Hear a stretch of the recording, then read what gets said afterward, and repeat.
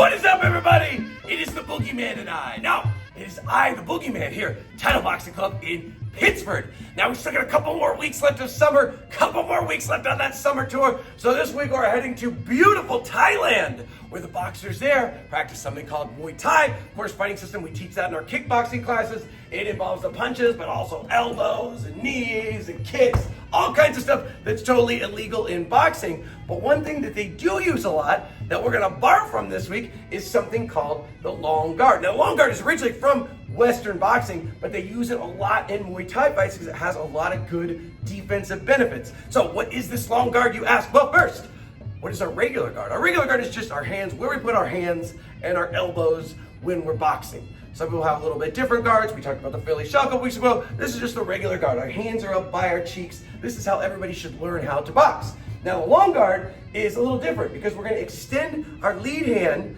out, maybe even open up our hand, open up our wrist a little bit, and then we're going to take this rear hand and I'm going to bring it just a little bit forward. I might still have to bring it back to defend this side, of course, but I'm bringing this forward to also defend straight punches. Now, we featured Bull Cow Wigo in our kickboxing class. He is great at using this, but of course, again, Western boxing uses it all the time. It's very effective, and there's many reasons.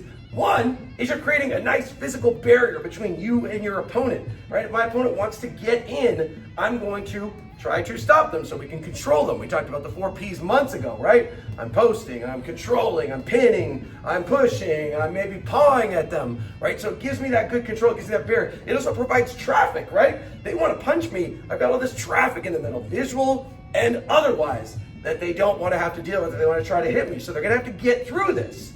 It also allows me to punch even quicker. Now, sure, I'm not going to throw the fastest punch or the hardest punch in the world, but I will throw a faster punch, particularly if we're talking about that jab, right? So look how close it is. I don't have to move much to throw the jab. And this is actually a great drill for your jab in general. Even when you're throwing regular jabs from the regular guard, this will teach you how to get the snap. Because if I can get snap with just 1 inch away, then I've got those mechanics down. It's like the Bruce Lee 1-inch punch. You can use this to engage your opponent, right? So I can use this to step in and throw punches, or what if I'm already inside, boom, boom, boom. I can use it to disengage safely. So there's a lot of good defensive benefits. You can parry easily, you can catch more easily.